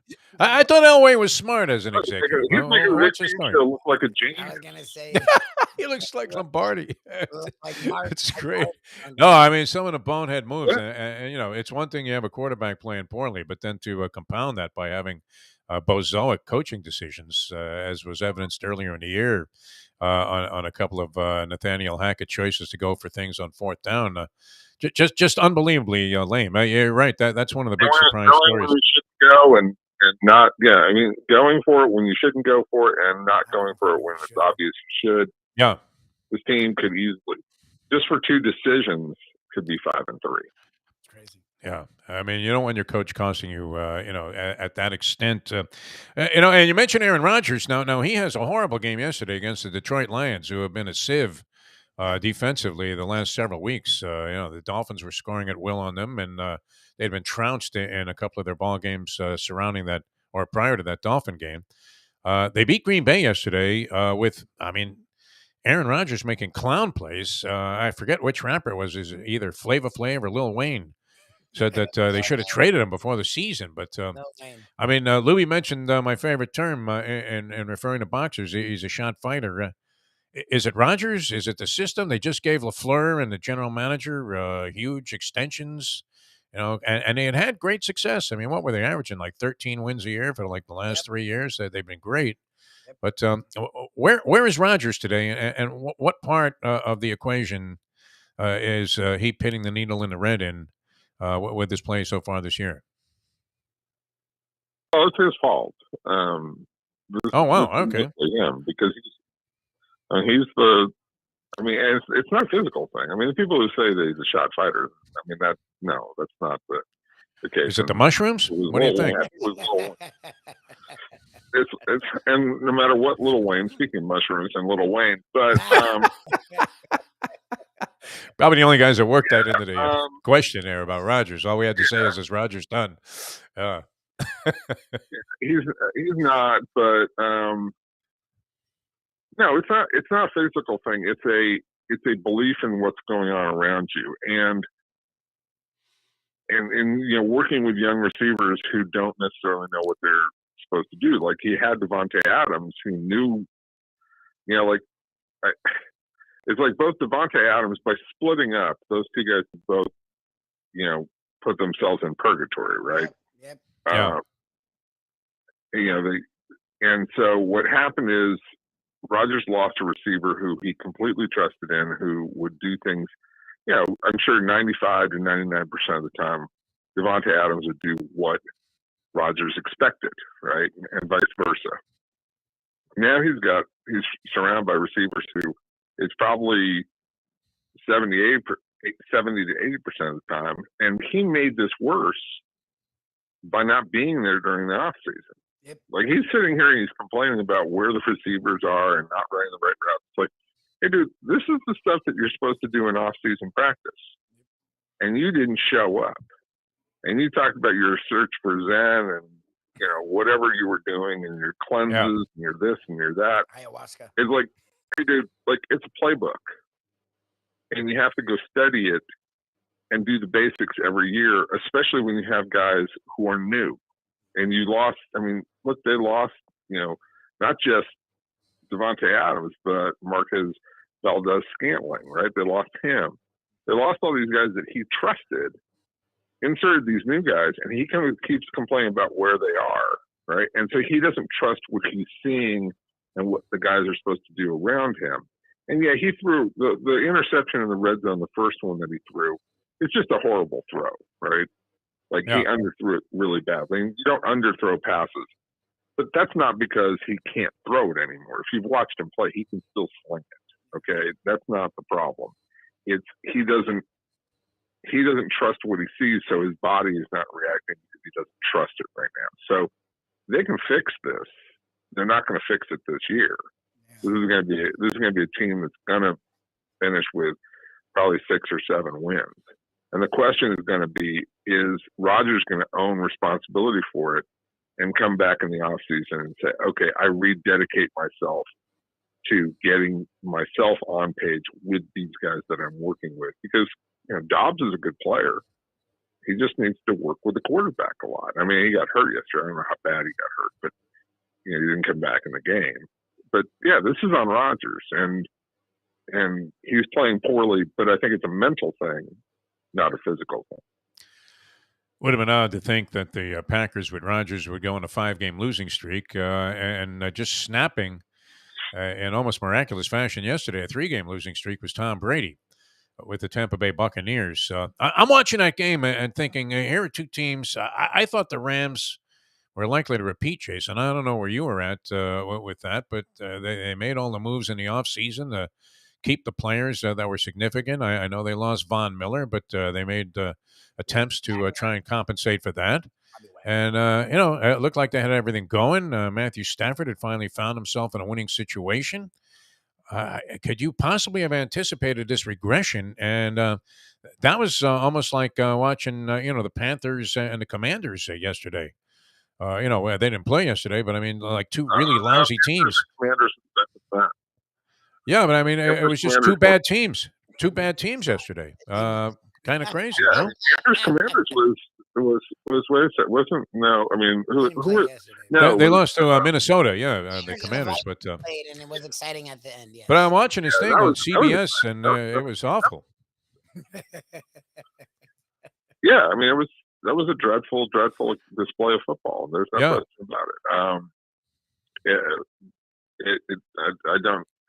I don't know any other way to describe it other than it was purely for 56 minutes. It was maybe actually for 59 minutes. It was truly wretched. And then it's an interesting ad end of the game with that comeback in the last 44 seconds.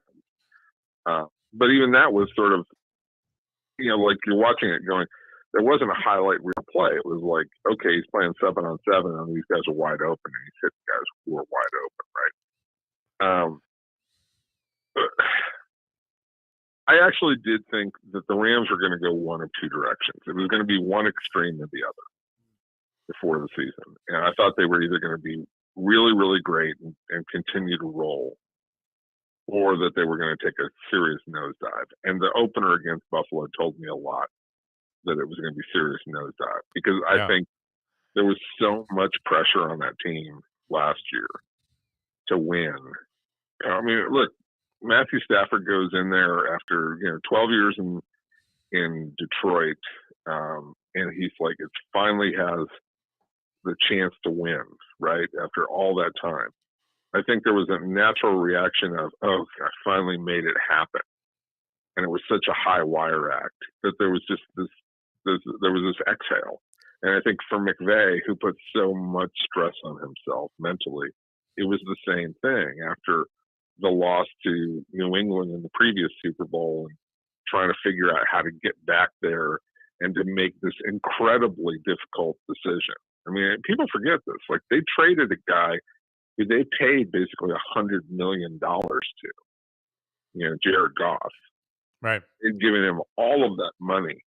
And then you go in and you make the ballsy decision to go to your bosses after telling them that Jared Goff was the guy you should pay, because you had to sign off on that. Yep. It's like, oh no, Jared Goff's not good enough. Let's go get this other guy that we have to give up so much draft capital and invest so much in that, you're putting yourself up on that high wire. And then you add guys like, Jalen Ramsey's expensive, and Aaron Donald was expensive. And, you talked about Von Miller and OBJ.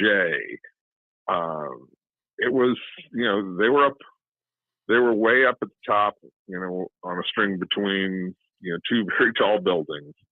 And they crossed over and they made it work.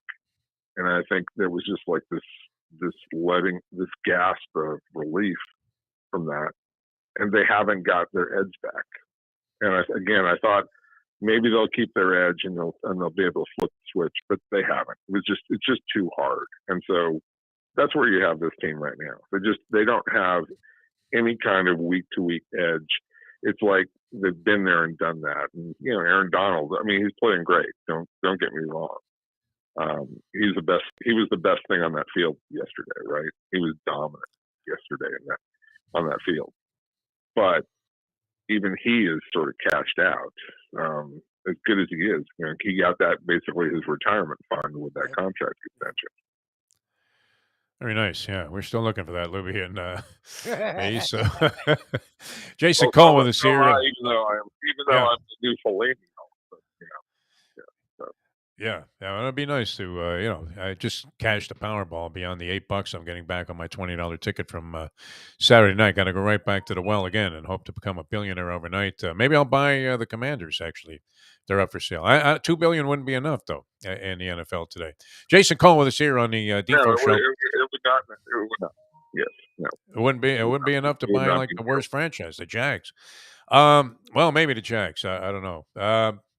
Now, as you're looking at yesterday's games, I mean, obviously the blockbuster upset was the Jets. Holy weeb Eubank. How on earth?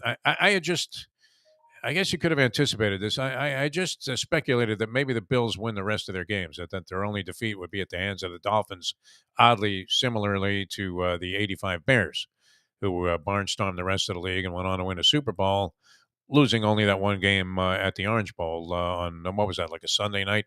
Unbelievable, setting there. I still remember being at that game, and it was incredible. But that was their only loss, and I thought maybe the Bills were in the same circumstance. In a game they dominated, they lose to the Dolphins, win the rest of their games, and then they go out and lose to the Jets. So what does that tell us? I mean, that anything can happen, that it's the age of parity, that the Jets are better than people anticipated at the beginning of the season, that the Bills maybe aren't as good as we thought. What did you make of that, or was it just an aberration, Jason Cole? Well, I'll start with the Bills. All the people who in the first 3 or 4 weeks were talking about the Bills being this amazing team that would run the table and do all these incredible things, I kind of whacked a finger at and said, slow yourself down. What the Bills were doing in the early part of the season was saying, we got jobbed or we lost that horrible game against Kansas City, and we're going to flex our muscles at a time when we're more on page than anybody else because we run it back at a time when also it's easier to throw, at that time of the year because the weather is good. All these kinds of things. They were at the top of their game for the first third of the season. They are not, unfortunately, invincible. They're really, really good, and they're really sharp. But they do some things that are highly questionable, such as a lot of interceptions by Josh Allen.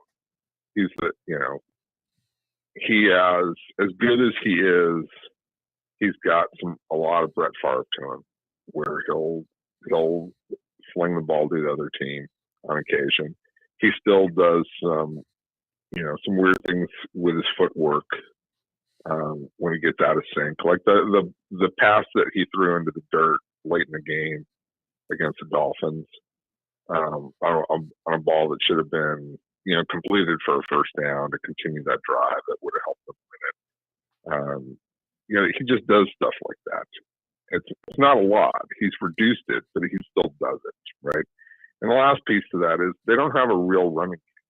I mean, he's still their running game, and that's hard to depend on. Now, I know what Justin Fields did yesterday. We'll get to that in a minute, but Josh Allen, they asked him to do too much of that in exchange for having really no power to their running game with Singletary, which is why they were looking for running backs. And probably should have made the trade for Christian McCaffrey and paid whatever price was required for that, but they didn't.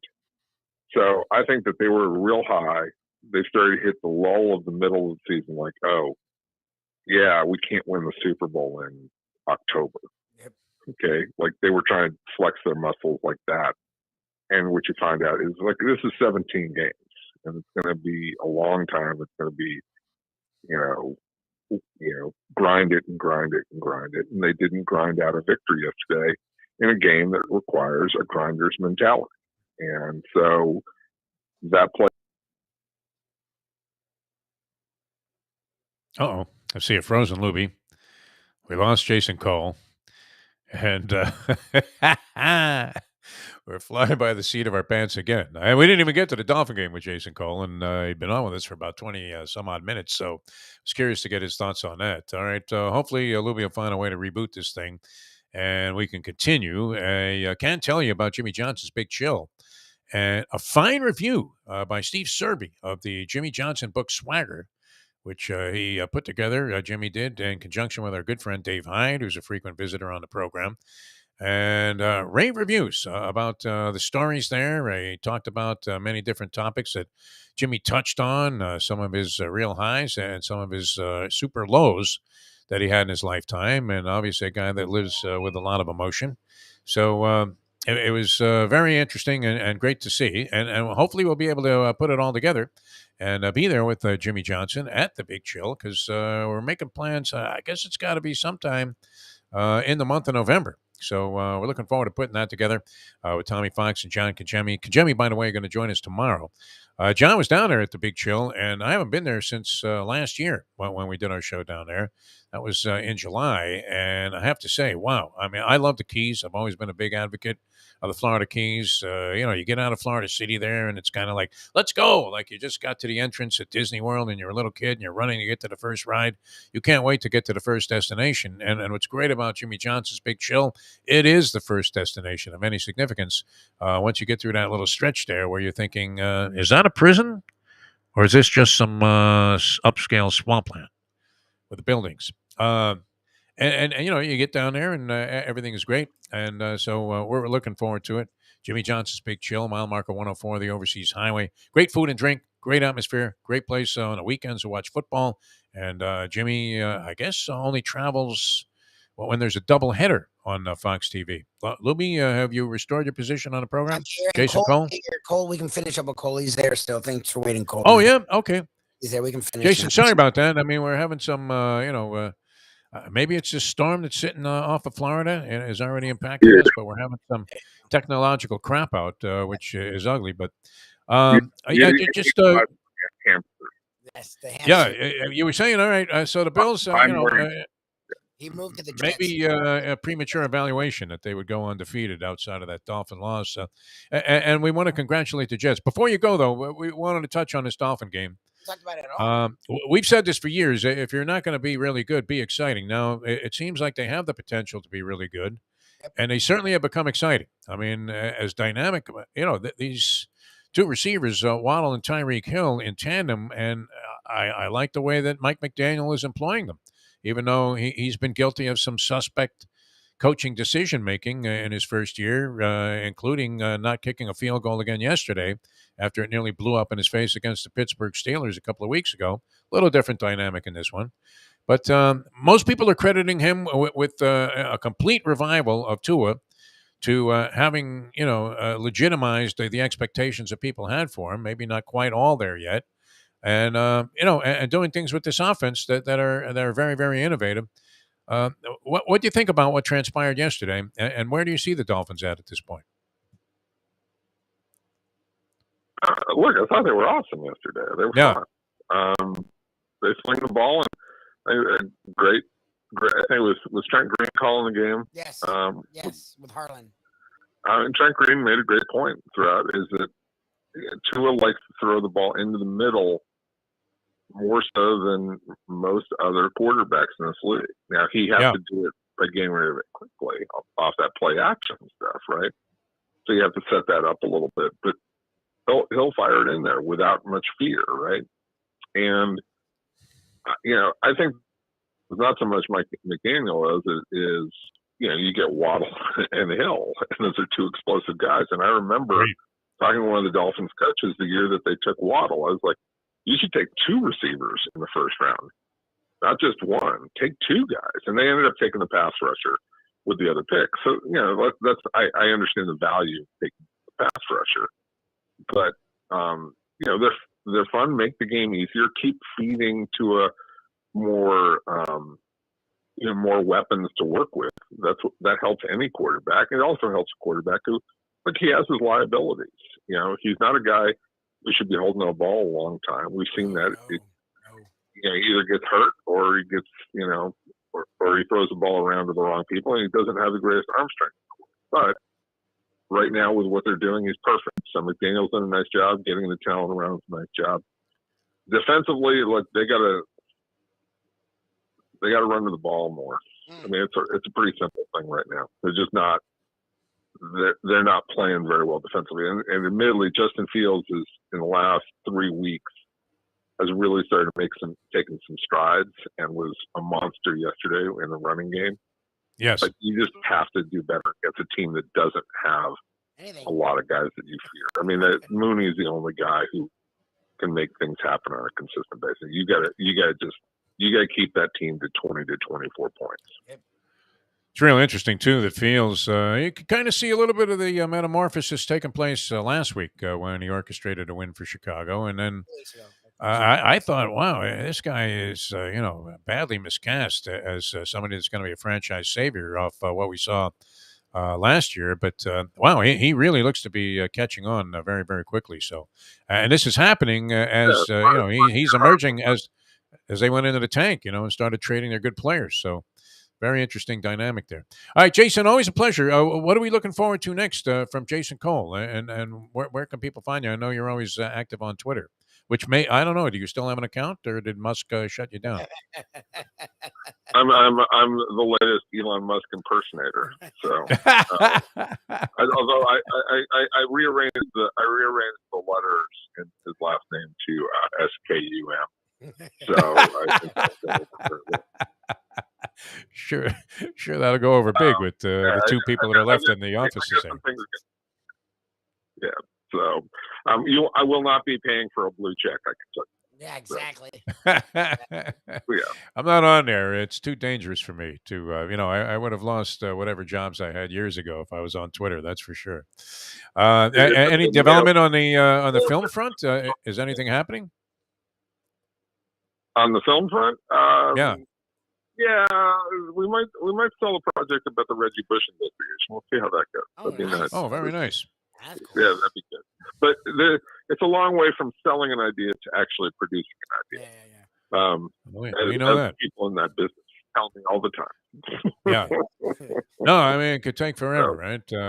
So just hang in there, my friend. Many people have finally gotten their shot and then acquitted themselves very well. Jason, great stuff as always. Thanks so much for joining us and taking the time. Appreciate your patience with our technical difficulties we had during the conversation, but it's always great having you on, and we look forward to talking to you again real soon, my friend. Anytime. Be good, guys. Take care. All right, sounds good. Now, let's squeeze in some spots, as they say in a business here. Let's do How about that, Mike Lubie Lubitz? And then we'll come back and wrap things up on a Peel Yourself Off the Mat Monday, where we had to peel ourselves off the mat several times. Was the 3 knockdown rule in effect? Where was Mills Lane to step in and stop it at some point?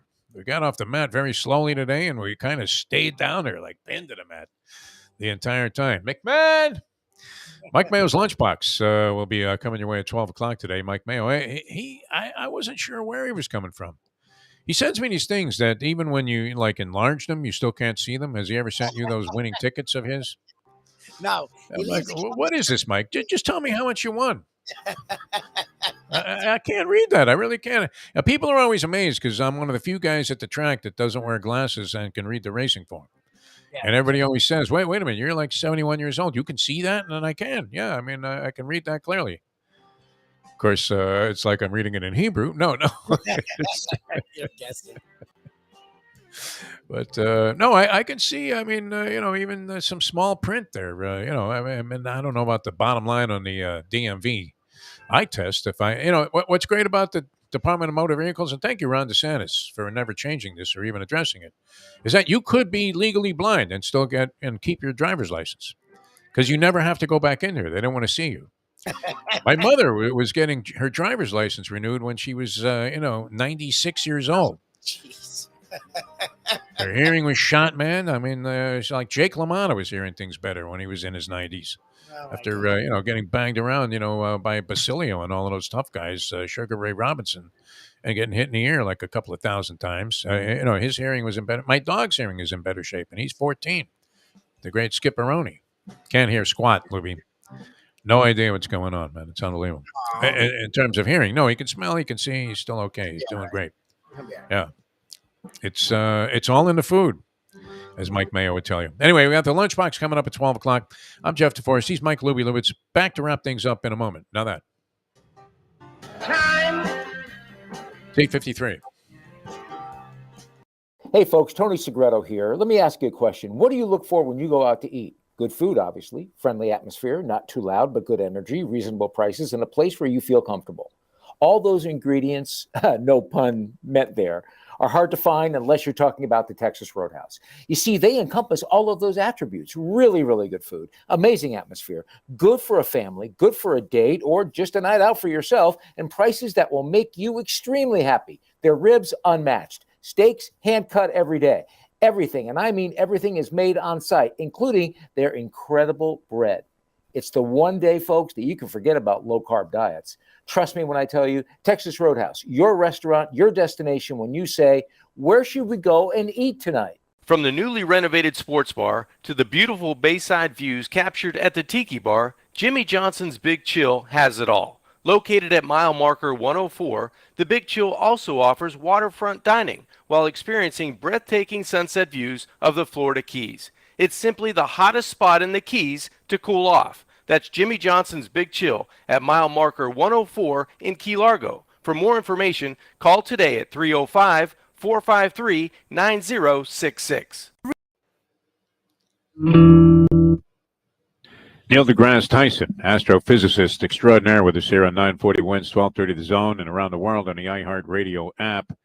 Now, you do a lot of podcasting, and you're very diverse in the things that you cover, including one with basketball star Kyrie Irving. We picture Kyrie Irving lighting incense and chanting Nam Myoho Renge Kyo. What was it like? I mean, the conversation with Kyrie Irving, especially in matters of astronomy. Here's the thing with Kyrie Irving. So as you may know, and of course, if you knew that much about him, you would know that for a while there, he was a big fan of the flat earth. And so my response to that is, by the way, we care about Kyrie Irving because he's good at basketball. So people say, oh, you should not talk about a flat earth. And I'm saying, I don't care if Kyrie Irving wants a flat earth. He's a basketball player. There's plenty of jobs you can have in this world. Just don't let the head of NASA be among them, right? Just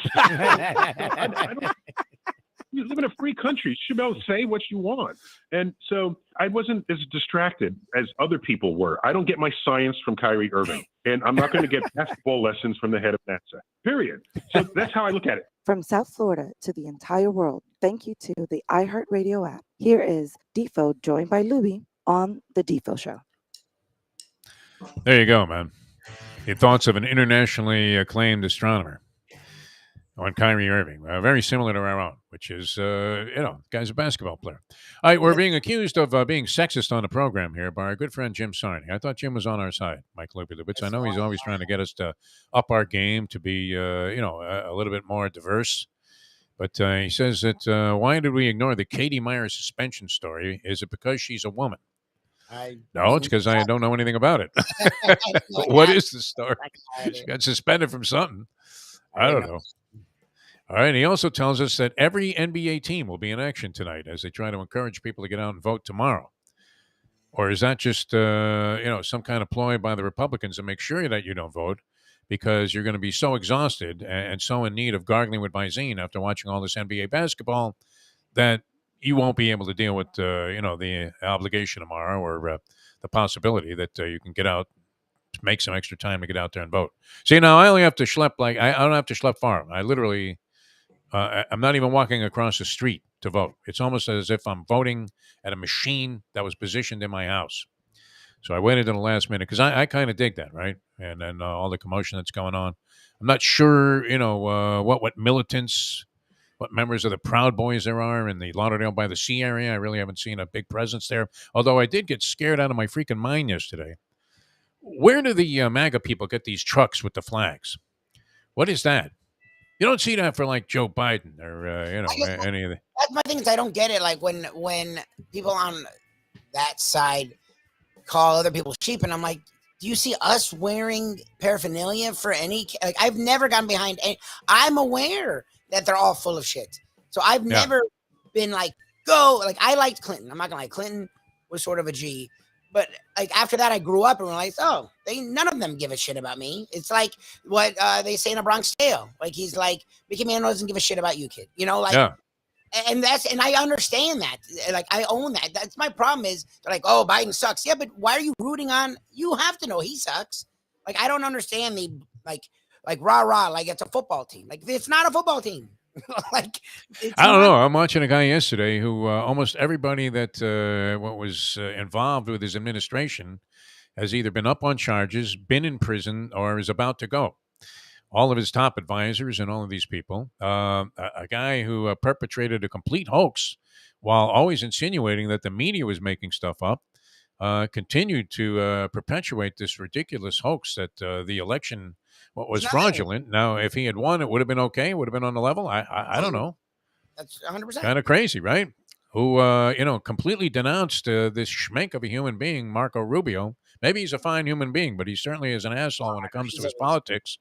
Worthless. I mean, as far as I'm concerned. He's never done anything of any significance and, is constantly spewing rhetoric about how the country's being destroyed. And yet I think he's one of the very reasons why it is going to hell in a hurry. And he's now telling people, hey, well, you got to vote for this guy. Mim and Oz, man. I mean, Charlatan is out there selling snake oil. And, even being denounced by Oprah, who made the guy in the first place. When he had all of these valuable supplements that you might be able to take and preserve your life, you're going to live to be 180 years old, according to this cat. I just love that Oprah's the one that brought him to the forefront, and Oprah's like, she made him. Don't vote for this guy. What kind of clown? Maybe there's some suspicions about how relevant Weight Watchers should be. Oprah, what the heck? So everybody's a phony, like you're saying, man. I mean, especially if you're seeking that level of power, it's a shame, right? You would hope some people of distinction would actually run for office. Where you could go, wow, I mean, I don't agree with what this guy says, but he's certainly a fine gentleman.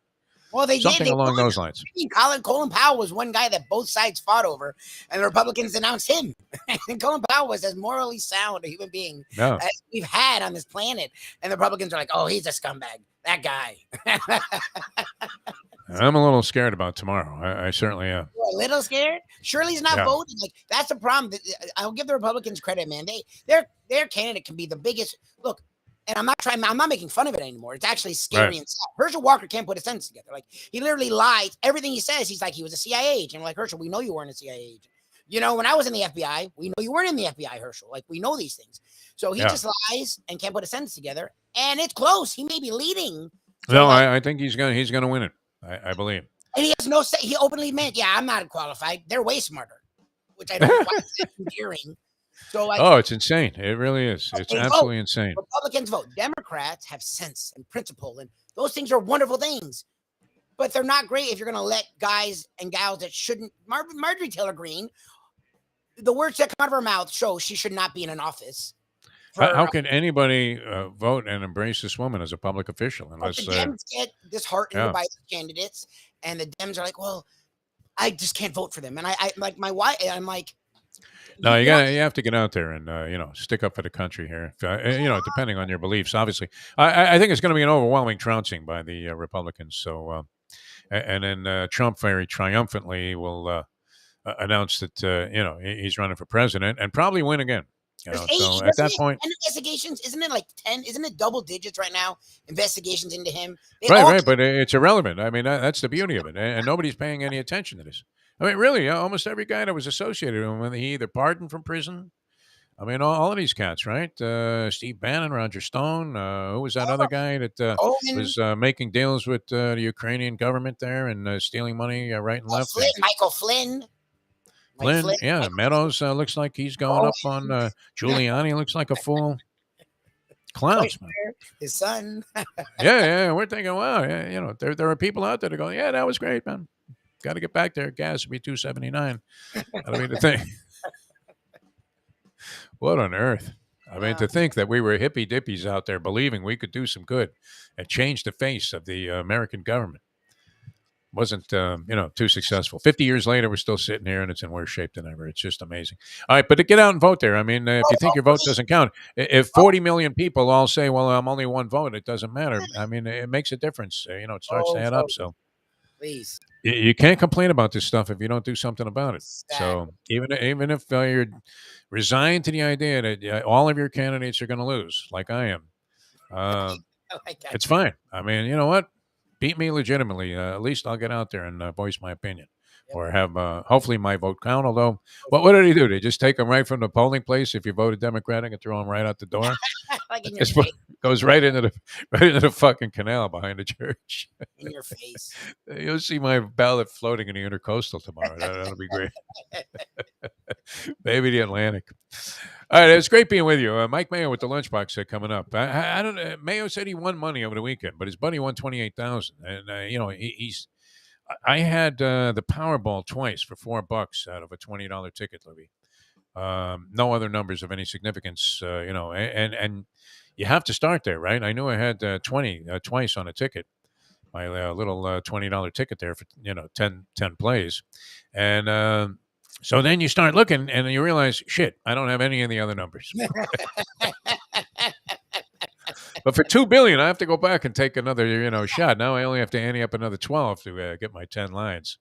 And wow, it might even be worth pooling some money at this point because it has to go down soon, doesn't it? By just the law of averages. Oh, it's going to get taken down. It's just where's it's at now. Like they can take the taxes and you still are making over $1 billion. I'm going into the crummiest neighborhood, man. I'm going James Caan and a gambler here. I'm going into the crummiest neighborhood. Yes. And I'm going to bust my way in line at like a convenience store that barely looks like it's standing. And maybe even insult some people on my way in there, say, you bleeps have no shot. That's the only way you win this stuff, though, right? Locks the hatch. You're not going to win it going to like the CVS, and saying, okay, I'll have some shaving cream and why don't you give me 10 Powerballs? That's not happening. You want to be like in Pahokee somewhere at a convenience store. All right. 100%. All right. We have to run. Thanks, people, for tuning in. Sorry about the technical difficulties. Always appreciate the comments, the kind words there. Jim, we're not sexist here. I don't know. This Katie Meyer thing, was it the biggest story? What do you think? Over like Aaron Rodgers losing 5 in a row. World Series. We barely touched on the World Series. I never heard about it. I'm not trying to be mean or sexist. We'll talk about women's sports. I didn't hear about it. Like I'm not gonna lie. I didn't know much about that. I really didn't. Not sure what level of significance, but we should have Jim come on the show and embellish. He should give us come on. Here's what you missed. That'd be great. That's what we should do is have Sarni just going at the end to say. Just fill in. Yeah. All right. Here, listen, you. Just tunnel visioned, neglectful fools. We love you, Jimmy. Actually, a good idea. I might wear the shirt today. If you agree to wear it, I'll wear mine. I'll wear it. Today, I I'll see it in my car. I'll wear it. Yeah, that's fine. All right, we have to run. We'll see you next time as we leave you on that. The time. 9:05. Let's go to eat a damn snack. Look what they done to my soul.